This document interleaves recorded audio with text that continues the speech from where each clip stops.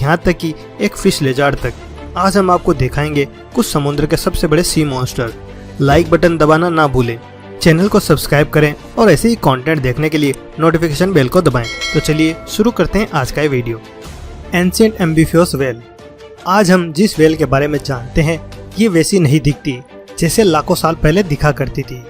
इसके बजाय आज के व्हेल और डॉल्फिन्स 50 मिलियन वर्ष पहले के छोटे हूव्स वाले 4 लेग जानवरों से इवॉल्व हुए थे। पृथ्वी पर सबसे बड़े प्राणियों में से एक होने के बजाय वे उन जीवों से आए हैं जो एक औसत कुत्ते के आकार के थे।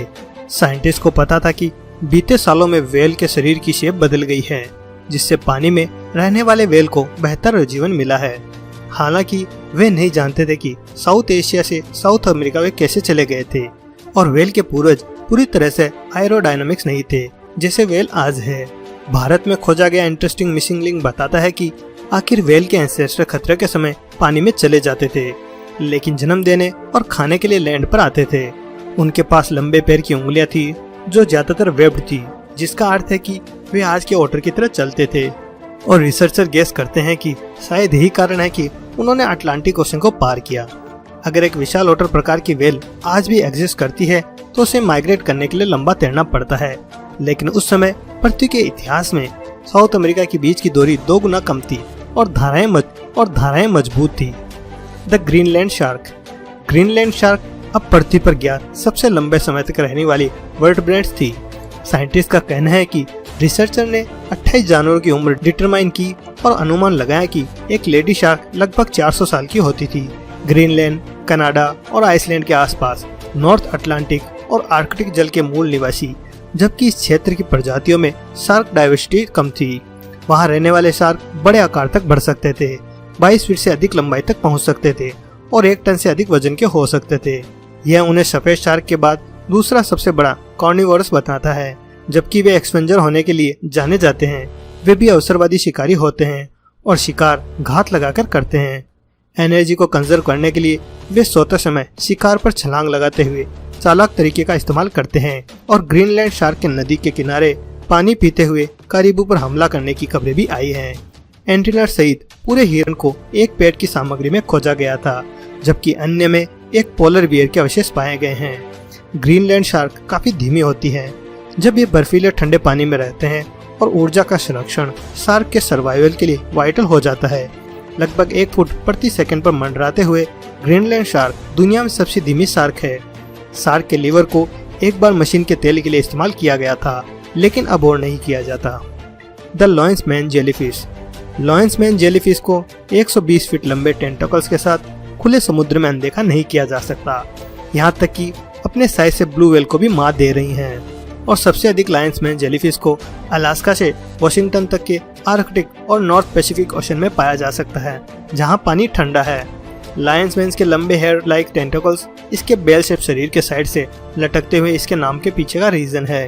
बेशक इस अनयूजुअल क्रीचर का मुंह बेली के नीचे के टेंटाकल से घिरा होता है, जो प्रत्येक के 150 समूह तक आता है। ये टेंटाकल्स डेडली जहर से लैस हैं और एक शक्तिशाली डंक के साथ होते हैं। लॉयंसमैन जेलीफिश अपनी भूख को संतुष्ट करने के लिए छोटी मछलियाँ, छोटे क्रस्टेशियन और यहाँ तक कि अन्य जेलीफिश को खाती है और वे तैरना कभी बंद नहीं करते। लॉयंसमैन जेलीफिश रोज तैरने वाले होते हैं और विशाल दूरी को कवर कर सकते हैं, लेकिन ज्यादातर अकेले तैरना पसंद करते हैं। हालांकि जेलीफिश के बड़े झुंड कभी कभी होते हैं जब तूफान और टाइड्स एक्टिव होते हैं।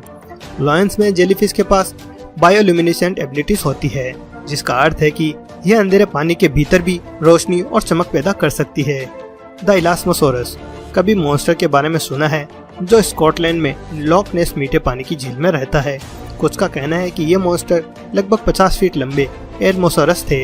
यह लंबे गर्दन वाला रेप्टाइल अब तक मौजूद सबसे बड़े प्लीसियोसार में से एक था और इसकी गर्दन उसके पूरे शरीर की लंबाई से लगभग आधी है और एक मजबूत 71 वर्टिब्रा से जुड़ी हुई है।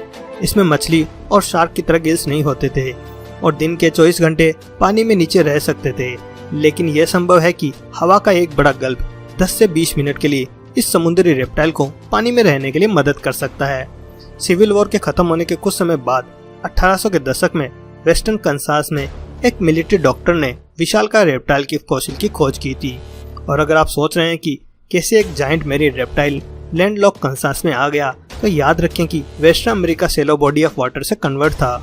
संभावित चकमा देने वाली तस्वीरों को देखते हुए आप कह सकते हैं कि लॉक नेस मॉन्स्टर एल्मोसोरस की तरह दिखता है।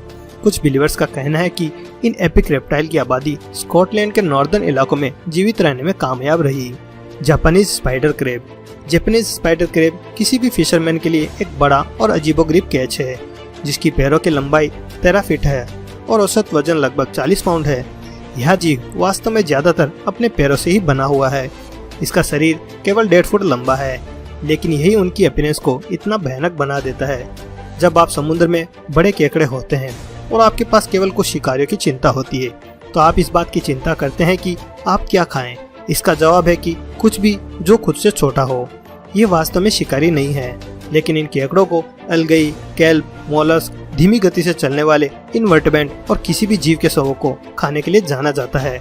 वास्तव में वे शिकार करने के बजाय डेड फ्लेश को खाना पसंद करते हैं और ऑक्टोपस जैसे शिकारियों से बचने के लिए वे एक प्रकार के डेकोरेटर केकड़े के रूप में जाने जाते हैं और समुद्र तल के दूसरे हिस्सों की तरह दिखने के लिए अपने शरीर से स्पंज और केल्प जैसी चीजों को जोड़ते हैं। हालांकि उनके पैर काफी कमजोर होते हैं और आसानी से टूट सकते हैं, पर इन केकड़ों के लिए यह लगभग ठीक है। वह अपने 3 लिम्ब के बिना भी खुशी खुशी जी सकते हैं, जैसे कि कभी कुछ हुआ भी ना हो। बड़ी बात यह है कि इस बात के सबूत हैं कि ये लोग अपने पैरों को वास्तव में अपने दम पर दोबारा उगा सकते हैं। भले ही एक टूट जाए, वे अगले कुछ वर्षों में एक ताजा पैर को फिर से उगा ही लेंगे। The whale shark. Whale shark gorgeous peaceful धीमी गति से चलने वाले फिल्टर फीडर हैं, जो 40 फीट की लंबाई तक बढ़ सकते हैं और एक जीवन काल में 20 टन वजनी हो सकते हैं, जिनकी औसत आयु 70 से 100 वर्ष तक होती है। और हालांकि व्हेल शार्क के 1 इंच से भी कम 3000 छोटे दांत होते हैं, जो उनका ज्यादातर इस्तेमाल नहीं करते। समुद्र में सबसे बड़ी मछली प्लैंकटन प्लस स्क्विड, क्रिल और छोटी मछलियों को उनके विशाल मुंह में लेकर धीमी गति से चलने वाली डोसाइल जायंट है। कभी कभी एक व्हेल शार्क अपने मुंह को खोलकर इजीली तैर सकती है, एक लो एनर्जी फीडिंग तकनीक जो जेंटल जायंट को किसी भी उसके रास्ते में आने वाले फूड आइटम को निकलने में मदद करती है। लेकिन जब ये डिलीशियस लिटिल मोर्सन्स के घने समूह को देखता है, तो अपना मुंह जल्दी से खोलकर बंद कर सक्शन क्रिएट करता है, जिससे सारा खाना उसके कार्निवोरस मुंह में आ जाता है। आमतौर पर व्हेल शार्क, जो ट्रॉपिकल और सब ट्रॉपिकल मछली होती है, बहुत माइग्रेट करती है। 3 साल में एक व्हेल शार्क 8000 मील या उससे अधिक की यात्रा कर सकती है। अभी भी उनकी टोटल लाइफ एक्सपेक्टेंसी अननोन है, लेकिन एक्सपर्ट के अनुसार यह बड़ी मछली शायद अपने 60 के दशक में मर जाती है। अन्य लोग अनुमान लगाते हैं कि व्हेल शार्क 100 या 150 साल पुरानी हो सकती है, जबकि यह पता नहीं कि ग्लोबल शार्क पॉपुलेशन क्या है। 2009 में एक्सपर्ट ने पता लगाया कि केवल 15 इंच लंबी सबसे छोटी जीवित शिशु व्हेल शार्क को फिलीपींस के एक समुद्र तट पर पाया गया और ये देखने में बहुत ही एडोरेबल है। तो दोस्तों, ये था आज का वीडियो। आई होप कि वीडियो आपको पसंद आया होगा। अगर हाँ, तो इस वीडियो को लाइक कीजिए, शेयर कीजिए अपने फ्रेंड्स और फैमिलीज के साथ में। अगर आप हमारे चैनल पर पहली बार आए हैं, तो चैनल को जरूर सब्सक्राइब कीजिए और साथ ही साथ बेल आइकन को भी दबा दीजिए, ताकि आप मेरे अगले आने वाले वीडियो की नोटिफिकेशन देख सकें। तो चलो यार, आज के लिए बस इतना ही। मिलते हैं अगले वीडियो में कुछ नए मिस्टीरियस फैक्ट्स के साथ। तब तक के लिए